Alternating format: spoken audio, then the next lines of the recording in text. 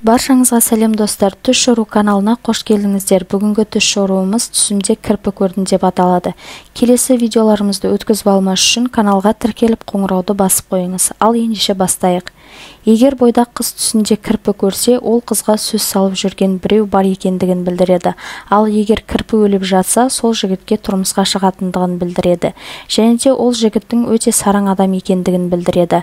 Ал егер тұрмыстағы әйел түсінде кірпі көрсе, күйеуінің сараң адам екендігін білдіреді. Тұрмыстағы әйел түсінде кірпіні өлтіріп жатса, жақында жүкті болатындығын білдіреді. Сондай-ақ тұрмыстағы әйелді түсінде кірпі тістеп алса, жайсыз хабар келетіндігін білдіреді. Егер ер адам түсінде үйінде кірпі жүргендігін көрсе, үйінде ұрыс болатындығын білдіреді. Сондай-ақ ер адам түсінде кірпі көрсе, ол адамның қатты және ашушаң адамдығын білдіреді. Ер адам өліп жатқан кірпіні көрсе, рызық несібесінің артатындығын білдіреді. Ал егер түсіңізде кірпінің қанын көрсеңіз, арам ақша қолданып жүргендігіңізді білдіреді. Егер де ер адам түсінде кірпіні өлтіріп жатсаңыз, басыңыздағы қайғы мұңнан айырылатындығыңызды білдіреді. Түсіңізде кірпінің төсекте жатқандығын көрсе, ұлды болатындығын білдіреді.